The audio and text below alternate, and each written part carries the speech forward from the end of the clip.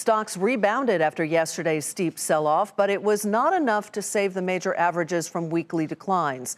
This week, investors were rattled by escalating trade tensions between the world's two most powerful economies. And while some say the damage will be limited, the market seems to be growing more concerned that tariffs could hurt global growth, which in turn could pinch corporate profits. For today, those worries were put on the back burner. The Dow Jones Industrial Average added 95 points to 25,585.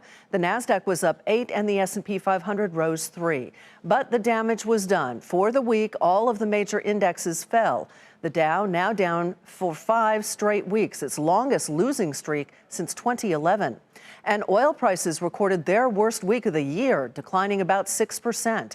Mike Santoli has more on the market's recent decline and what might come next.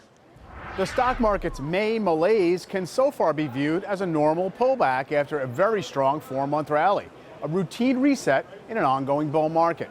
But the high-stakes trade war and ongoing fragility of the global economic cycle carry the risk that this downturn might deepen into a more serious correction. The S&P 500 index was down 5% from a record high at its worst this month, the retreat coming right as the trade frictions with China grew more intense.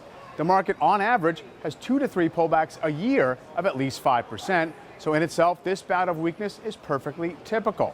Even after this drop, the market this year remains up more than 12%. That's a more than respectable gain after a 6% decline in 2018.